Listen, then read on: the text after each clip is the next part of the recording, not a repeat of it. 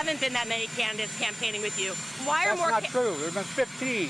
Count, kid, count. Okay, and are there going to be even more? Yeah. I don't know where I'm going. I've got about 16, 18 requests around the country, so I don't know who's going where. Yeah, President Biden snapping at a reporter after a question about his light midterm campaign schedule. The president's also saying that he does not know who he will campaign for next, but he's got all of these requests. A new Monmouth University poll finds only 31% of Americans say Biden has been paying attention to their most important concerns. Joining me right now is Tennessee Congressman and member of the House Ways and Means Committee, David Kustoff. Congressman, it's good to see you. Thanks very much for being here. Hey, Maria. Thank you, Maria. You know, and just this week, we heard Joe Biden and his appeal to the Democrats saying, look, if you keep control of the Congress, I will make it my priority. The first thing I'm going to do is codify Roe v. Wade, making an abortion legal in your 9th month. This is where his priority is clearly, even though the other day he told Peter Doocy it's that as well as inflation. Your thoughts? Well, you know, I know two things. One, from my own polling, and two, from what I hear from my constituents. The number 1, 2, and 3 issue is the economy and inflation and recession. That is what people are focused on. They want to be able to provide for their families and put food on the table, and then subsequently they look at their retirement accounts. They look at their 401ks, which have become 201ks, and people are just concerned about the economic stability and certainty of the country. That's what I'm focused on talking about. I think that's what Republicans across the country are focused talking about, and Biden clearly doesn't get it. I think about where we are right now and how we got here with these big, huge bills like what they call the American Rescue Plan, $1.9 trillion, and the misnamed Inflation Reduction Act, almost $750 billion of new spending.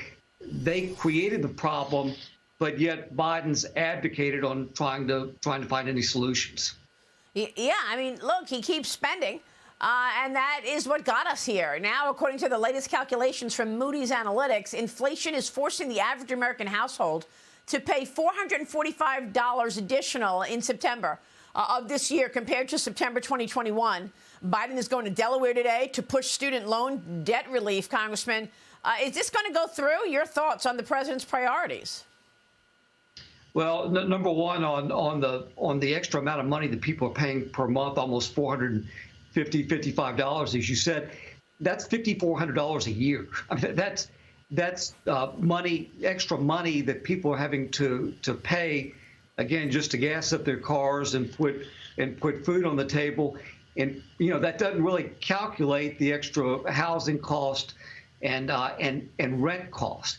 And as it relates to the debt reduction plan or the forgiveness, number one, he didn't have the authority to do it. I mean, he said that in his own words last year. Pelosi said that the president doesn't have the authority to do it. It has to be an act of Congress. So I feel pretty certain that as these legal challenges proceed, that the courts are going to say the executive doesn't have the authority to relieve the student debt or forgive the student debt. He can postpone it, but he can't forgive it. And then, from a practical matter, when the Congressional Budget Office, nonpartisan Congressional Budget Office, says that will add about $450 billion to the American taxpayer, we just can't afford to do it. Fairness aside, we can't do it. And certainly as a nation, we can't afford to do it, certainly where we are right now. And the Supreme Court rejecting the request to block the forgiveness of debt, how does that play into your thinking? I think, that was done on an emergency basis. And Justice Amy Coney Barrett reviewed that to see if it could, on an emergency basis, either be stopped or go directly to the Supreme Court. It will proceed through the courts, through the normal course of action. And again, I think that there are a lot of really smart lawyers and state attorney generals who legally are checking the boxes.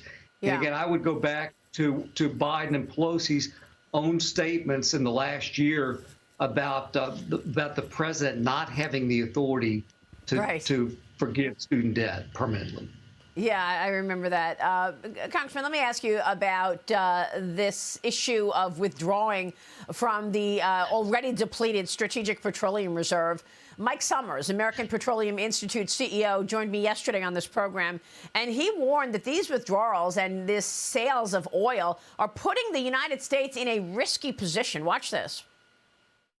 This is a very precarious position we're in today at a time of dramatic geopolitical upheaval. One thing that this administration has done from the very beginning is they've tried to do everything they could to prevent production here in the United States. This administration continues to talk out of both sides of its mouth, saying they want more production, but not putting more policies in place that would actually encourage more production.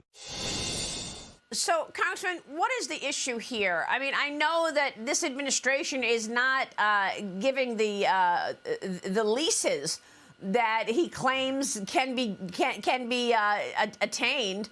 So why is he, on the one hand, pushing this, ban on fossil fuels, and then on the other hand, trying to blame the oil companies for taking gas prices higher?